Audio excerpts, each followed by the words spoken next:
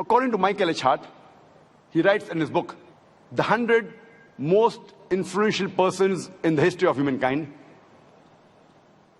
and he analyzes all the human beings from Adam, peace be upon him, till the present time. And undisputedly, he puts Prophet Muhammad, peace be upon him, as number one, as being the most influential person in the history of humankind. So if he wanted to become a leader, he didn't have to claim that the Quran was from God, if he actually was the author. And Michael H. Hart, he gives reasons for each person, why did he give him number one, number two, number three, etc. And at the end of the biography says that it was the indisputable secular and religious influence of Prophet Muhammad, peace be upon him, that makes him the undisputable number one person to have the most influence in human history. And so Michael J. Hart and his other collaborators, they said, the greatest human being that has impacted history and all annals of documented history, it had to be Muhammad sallallahu alaihi wasallam. And that statement you will find. Michael Hart का नाम आप लोगों ने सुना है? Michael Hart, the 100, जिन्होंने किताब लिखी है, माइकल हार्ट। माइकल हार्ट ईसाई थे। माइकल हार्ट 100 लोगों के ऊपर किताब लिखी, 100 लोगों के ऊपर। नंबर 1 पे किसको रखा? ईसा अलैहिस्सलाम को रख सकते थे, नबी सल्लल्लाहु अलैहि वसल्लम को रखा। और माइकल हार्ट ने कहा, नबी सल्लल्लाहु अलैहि वसल्लम को जो रखा तो रीजन बताया, but he was the only man in history who was supremely successful on both the religious and secular levels.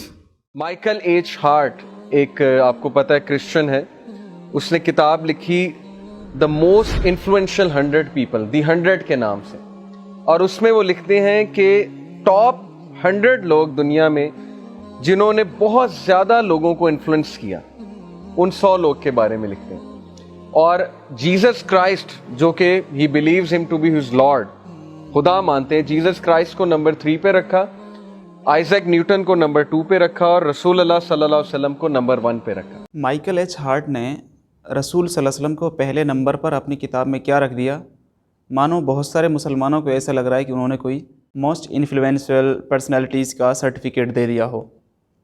अगर वो अपनी किताब में रसूल सल्लल्लाहु अलैहि वसल्लम का नाम नहीं भी लिखते तो रसूल सल्लल्लाहु अलैहि वसल्लम उसके बाद भी मोस्ट इन्फ्लुएंशियल पर्सनैलिटी हैं, थी और रहेंगी इंशाल्लाह। अच्छी बात है।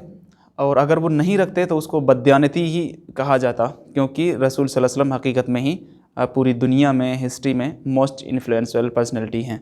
इन लोगों के साथ साथ और भी बहुत सारे मुसलमान ये बात कहते हुए नज़र आपको आएंगे कि रसूल सल्लल्लाहु अलैहि वसल्लम को माइकल एच हार्ट ने अपनी किताब में नंबर 1 पर रखा है और इसको बड़े फ़ख्र के साथ बताते हैं। माइकल एच हार्ट ने ये किताब रिसर्च और तहकीक के बाद ही लिखी होगी, उम्मीद है। तो हम देख सकते हैं इसी किताब में, जब कल मैंने इस किताब का मुताला किया, इस चैप्टर का मुताला किया, कि रसूल सल्लल्लाहु अलैहि वसल्लम दीन इस्लाम के फाउंडर हैं, ये उनकी ही किताब में लिखा हुआ है। और जब यही बात किसी एंट्रेंस एग्ज़ाम में आ जाती है, यही तकरीर करने वाले लोग इस बात पर एतराज़ करते हैं कि देखिए साहब, एंट्रेंस एग्ज़ाम में रसूल सल्लल्लाहु अलैहि वसल्लम के ताल्लुक़ से ये बात लिखी आई है, ये सवाल पूछा गया है कि who is the founder of the Islam, उसमें ऑप्शन प्रॉफिट मोहम्मद सल्लल्लाहु अलैहि वसल्लम, प्रॉफिट इब्राहिम के, इस तरह के एंट्रेंस एग्ज़ाम में इस तरह के सवालात आ जाते हैं और आ रहे हैं। माइकल एच हार्ट ने रिसर्च करने के बाद ही ये किताब लिखी होगी। हमारा सवाल ये है कि रसूल सल्लल्लाहु अलैहि वसल्लम को जानने का सबसे बेहतरीन ज़रिया कुरान है। कुरान में तो कहीं भी नहीं लिखा हुआ है कि रसूल सल्लल्लाहु अलैहि वसल्लम is the founder of the Islam, बल्कि इस्लाम खुदा ताला का भेजा हुआ एक दीन है। तो इस दीन का फाउंडर प्रॉफिट मोहम्मद सल्लल्लाहु अलैहि वसल्लम कहाँ से बना दिए? दूसरी बात, एक और चीज़ आप देखिए, एक और पेज पे वो लिखते हैं कि more over he is the author of the Muslim Holi scriptures, the Quran, a collection of the certain of Muhammad's insight that he believed had been directly revealed to him by Allah। यानी मज़ीद बरा मोहम्मद मुसलमानों की मुक़द्दस किताब कुरान का मुसन्निफ़ है, जो मोहम्मद के ख़यालात का मजमुआ है और जिसके बारे में उनका ख़याल है कि वो उन पर अल्लाह की तरफ से नाजिल हुई है।